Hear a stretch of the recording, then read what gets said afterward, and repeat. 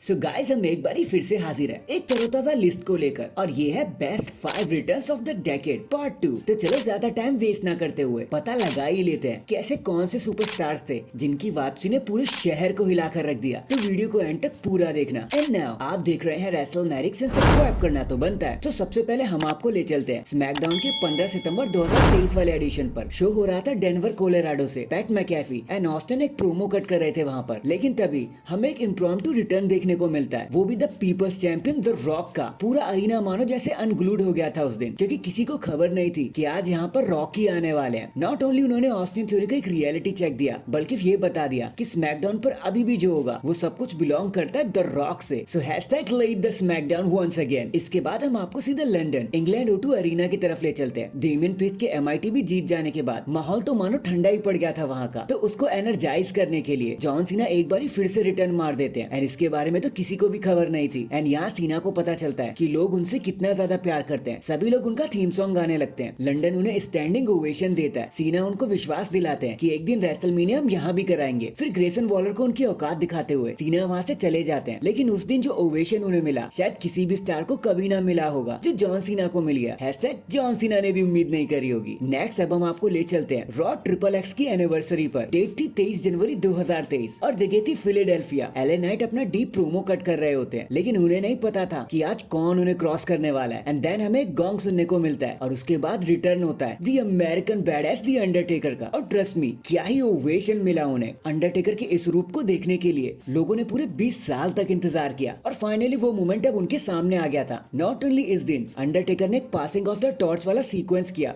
ब्रे वाइट के साथ, बल्कि एक बारी फिर से हम सबको याद दिला दिया कि this yard still belongs to the Undertaker. भाई साहब, अगर आप वो ओवेशन सुन लेते जो पब्लिक ने शोर मचाया था उनके लिए, भाई आप पागल हो जाओगे उस मूवमेंट को देखकर। तो मौका मिले तो एक बार उसे जरूर चेकआउट करना। इसके बाद हम आपको सीधा ले चलते हैं समरस्लैम 2020 थंडरडोम की तरफ, जहाँ एक चैंपियनशिप मैच हो रहा था मेन इवेंट में field Bray Wyatt versus Braun Strowman के बीच में। और अब आप जान ही गए होंगे कि मैं यहाँ पे किसको मेंशन करने वाला हूँ, क्योंकि एक मैसिव पॉप के साथ हमें वहाँ पे रिटर्न करते हुए दिखाई दिए थे रोमन रेंज, जो रेसलमेनिया 36 के बाद से पहली बार वापस आ रहे थे, जहाँ पर उनके रिटर्न को you will never see it coming वाला टैग भी मिला। उस रात सही मायनों में एक न्यू एरा का जन्म हुआ था, जिस एरा को आज हम द रोमन एम्पायर के नाम से भी जानते हैं, द ट्राइबल चीफ के नाम से जानते हैं, द ब्लड लाइन के नाम से जानते हैं। और फिर 3-4 सालों तक रोमन ने क्या धमाका मचाया, उसके बारे में मुझे तो कुछ भी कहने की जरूरत नहीं है, वो बात तो जग जाहिर है। Hashtag god mode on a different level. And now let's talk about the greatest return of all time, maybe हमेशा के लिए। Wells Fargo Arena Philadelphia Extreme Rule 2022 का ये शो हो रहा था। पूरा शो ऑलमोस्ट एंड ही हो गया था, कैमरा भी रोल ऑफ होने वाले थे, लेकिन हमें एक और रिटर्न देखना बाकी था। और आप जान गए हो कि वो रिटर्न किसका होने वाला है। मैं बात कर रहा हूँ the late great Bray Wyatt के बारे में। आप समझ ही गए होंगे